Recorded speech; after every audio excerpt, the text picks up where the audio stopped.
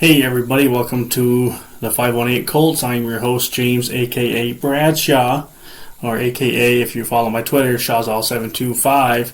Anyway, we're going to jump right into things just because, holy crap, if you saw that game on Monday night against the Ravens, how do you let Lamar Jackson beat you in the pocket? I mean, he did a phenomenal job. I will not take away any credit where credit is due. But the Colts defense, they were running out of cornerbacks like the deli is running out of deli meat. If it makes any sense, I don't know.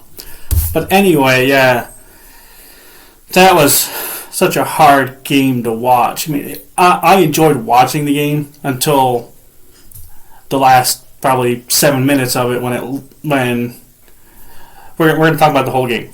So I'm not going to, yeah. Okay. So, yeah. Ravens and Colts.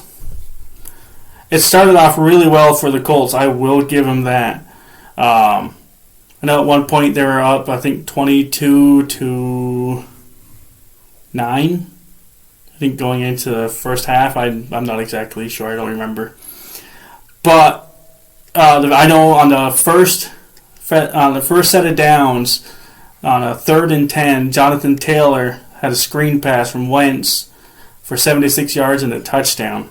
Now, that to me was the best way to start, obviously, because Wentz, he was able to get rid of the ball quick. Jonathan Taylor had lots and lots of blocking, and the offensive line showed that even without Quentin Nelson there, they have the next man up, and he was able to step up and fill in.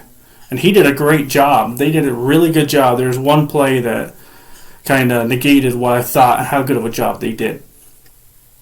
But on the Ravens opening drive, the Colts defense, which I predicted last week, well, I said to my group of friends that I thought there was one defense in this league that could actually contain Lamar Jackson, at least running-wise, and the Colts did it.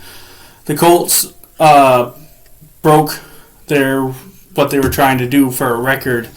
I believe they were at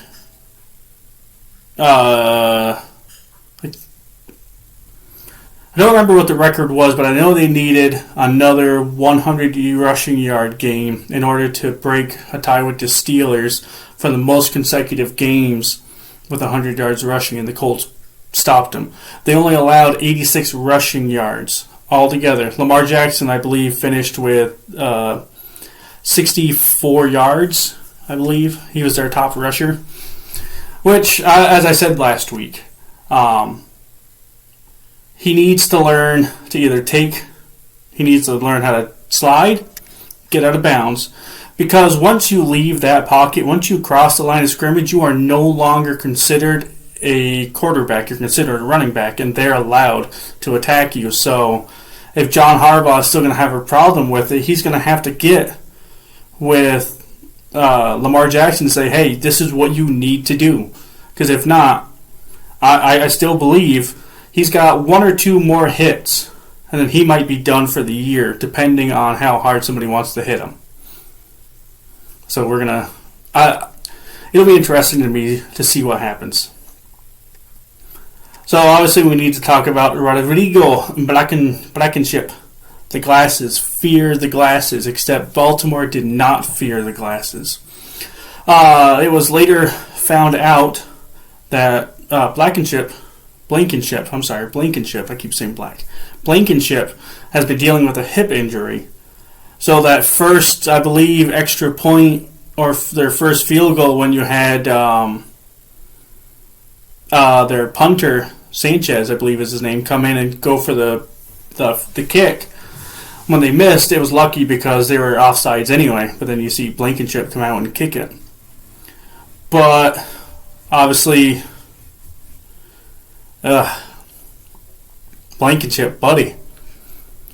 So, I know in the 3rd or 4th quarter, before obviously the end of regulation, he had a chance for a field goal to give him a 3-point lead.